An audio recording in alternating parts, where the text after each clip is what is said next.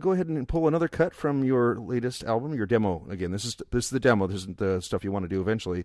Yeah. What other cut would you like the audience to listen to? So why don't we put in we'll put in Foretold Revelation, which is the opening track of the album, Okay. of the demo. This is a song. I have an obsession with Wikipedia. I read about all kinds of stuff on Wikipedia. And around the time that I wrote this, I was reading all about Egyptology and Egyptian gods and all that kind of stuff in the mythology there. And this song is written about the god of a god called Thoth. I was just reading about it on Wikipedia and kind of like some supernatural Egyptian battle. So yeah, it's pretty Eastern sounding. Cool. Which is fun. Looking forward to it. Here we go.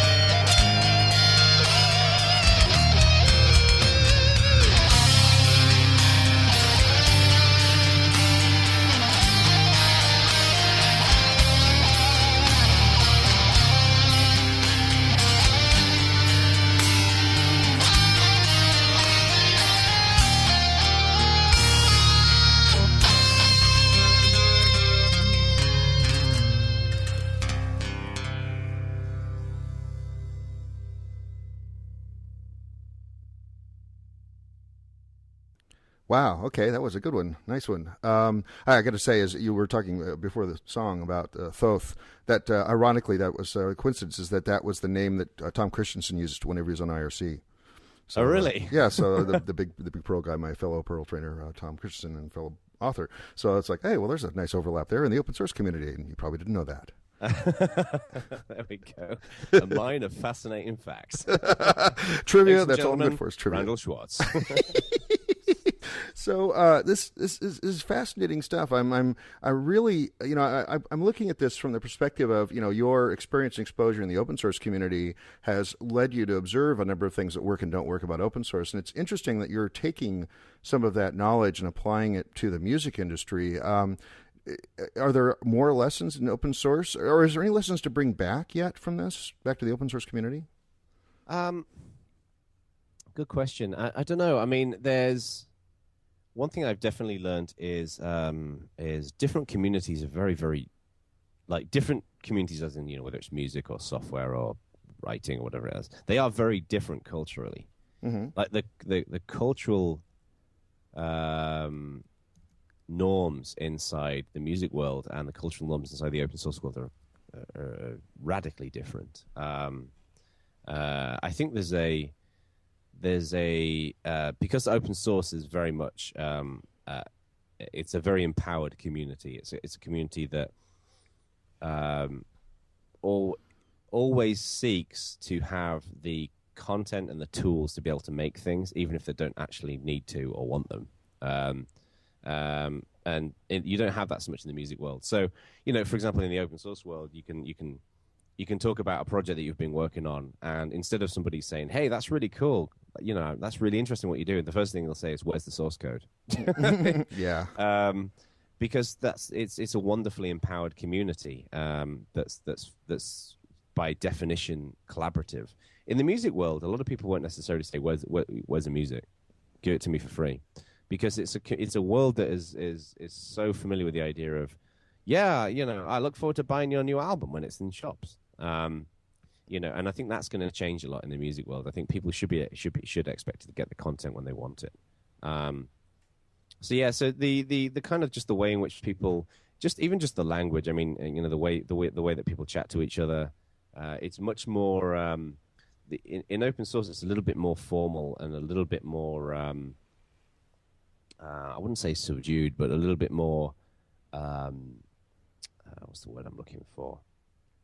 People talk to each other a little bit. In some cases, a little bit more like their colleagues. In the metal world, everyone says, everyone refers to each other as bro, and hey man, how's it going? Good to see you, bro. All this kind of stuff. It's a very, very the metal world and the music world, particularly, it's like a big family. And some people do have differences of opinion when it comes to different bands, but everyone considers themselves in the same family. In the open source world, those people, some people see non-free software as immoral, and some people don't. So that's a diametric difference, for example, in terms of how people view the wider community. So. Now, some aspects of it as well. I mean, another thing I see different about the music community as opposed to, say, the open source community is that I can feel that I'm on. I can have a personal relationship with even people like Richard Stallman or Linus because he's got an email address and I can interact with him. I think in the music community, and correct me if I'm wrong about this, but it's more of a people up on pedestals over there generating this content that I really enjoy, and that makes them like almost unapproachable in that sense. Are you finding that maybe something like Severed Fifth is breaking those barriers down some more? I think to a degree. I mean, it depends on the music. I mean, if you're talking about, huge artists like Britney Spears and, rest in peace, Michael Jackson and, U2 and bands like that, I think that's definitely the case. A lot of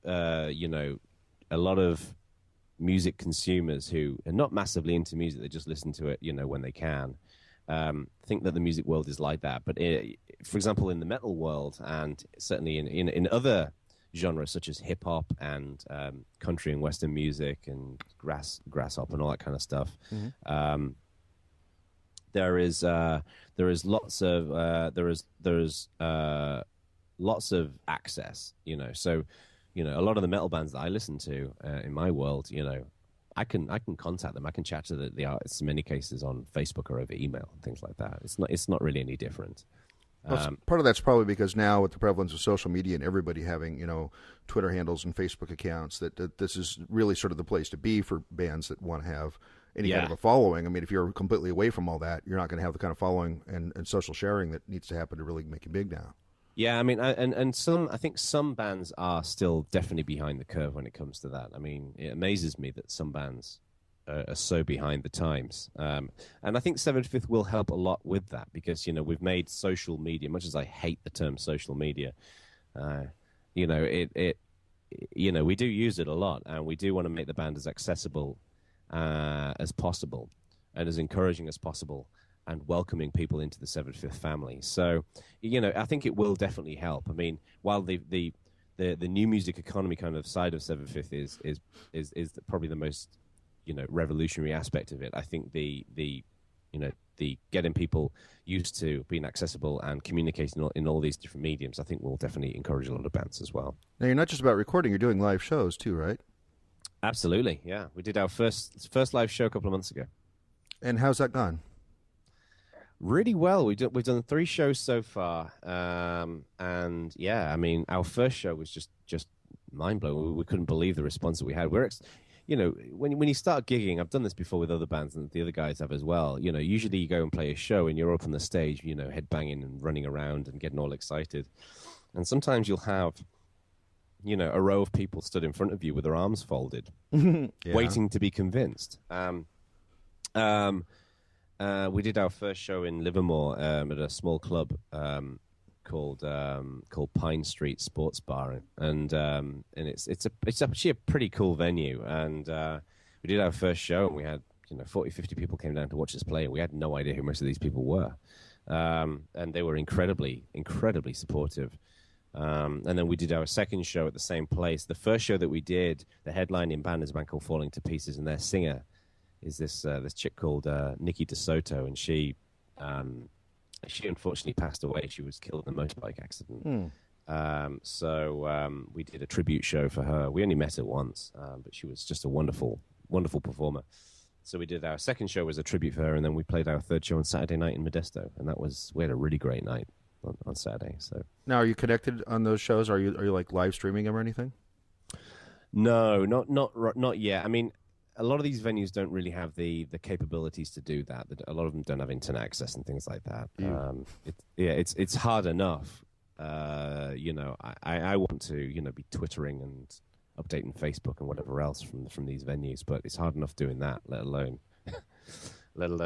streaming content. And also sound engineers in a lot of these venues are pretty grumpy people. So that's just another thing for them to worry about. They need to feed at exactly this level from the beginning of the show. No, yeah, right. But yeah, I think it'd be cool to do that. Does a band like Severed Fifth or do they present themselves any differently to, let's say, a venue because you're doing this sort of open source work? Not really. I mean, so, for example, one thing I do is, when we do a show, we have these little handouts that we give out. We'll put out on all the tables. We give some stickers out as well. And it says, in big letters, we believe that music should be free. So people can see it right up front. But, we don't really present ourselves very differently to venues. Because, frankly, right now, the venues, most of them would have no idea what the words open source or free culture mean. Right. So we believe that to be successful, you got to get out there and be musically successful, and then people hear that your music's free, and they're like, "Oh, I want people to like Severed Fifth not just because the music's free, but because the music's good, and they feel empowered by the fact that the music's free." So, well, clearly that's the case, but it would be interesting if you could build in a bias for venues to want to have something like Severed Fifth as opposed to the traditional format band. Yeah, oh, absolutely. And one thing I'd like to see some festivals. Like a friend of mine, Mark Terranova, has been talking about.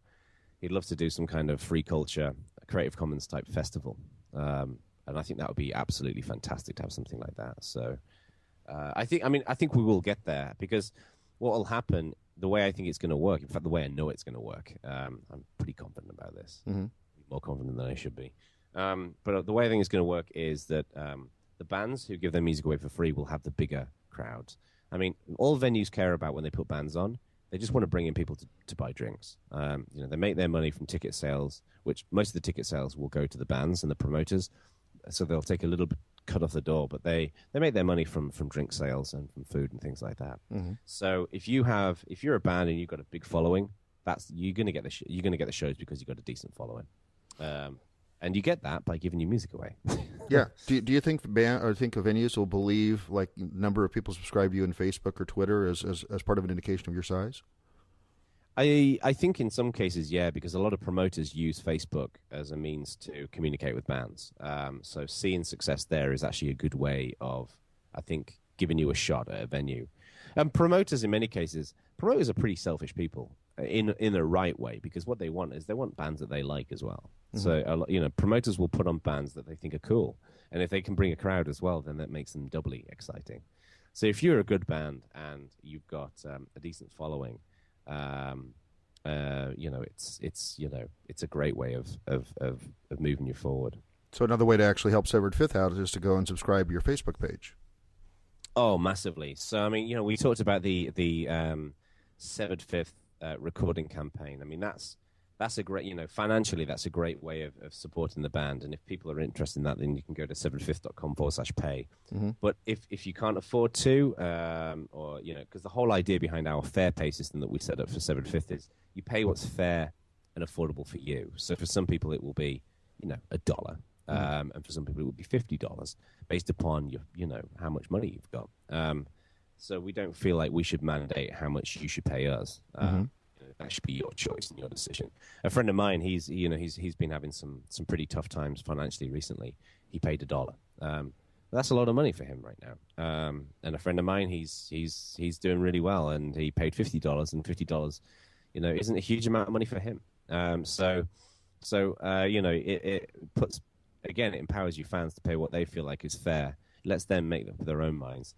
But if you choose to contribute, if you choose to not contribute financially, a great way of helping Severed Fifth is to follow us on Facebook, facebook.com/severedfifth. Follow us on Twitter at twitter.com/severedfifth.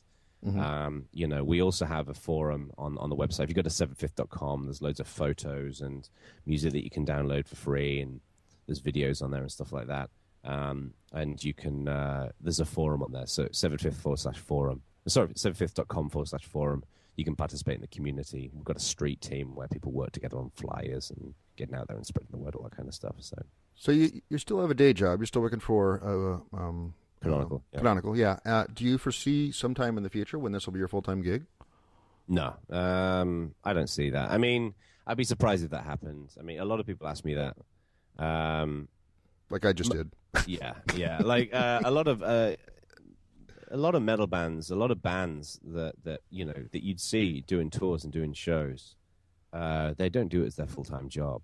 A lot of acts that you'll hear about, on TV and on radio and stuff like that, then it's not their full-time job. They have a normal job, but they do their music in their spare time, and then they take time off work to go on tour. So I don't foresee this really changing in the future for us. I mean, I'd like to see us have success, but even if Severed Fifth was to become my day job, I'd be doing that during the day, and I'd be spending the evenings working on Ubuntu. So, so it wouldn't matter either way. They'll always be both, because I'm really passionate about both. This is really an amazing project you've taken on, and I really appreciate you being articulate about it and explaining it to me in ways that I had no clue about before we started this interview. So, thanks, Randall, for letting me come on and talk about it. I know it's one of the challenges with it is there's a lot of detail, and the detail connects in different ways, and so I can understand people saying, what the hell is he talking about? But I appreciate you having given me the time. Open source music, what the hell's that about? Yeah. And now we know. That's very, very good. So again, find out more at severedfifth.com, right? severedfifth.com, yeah. Very good. Well, thanks so much for coming on, John. I really appreciate it. Appreciate it. Thanks, Randall.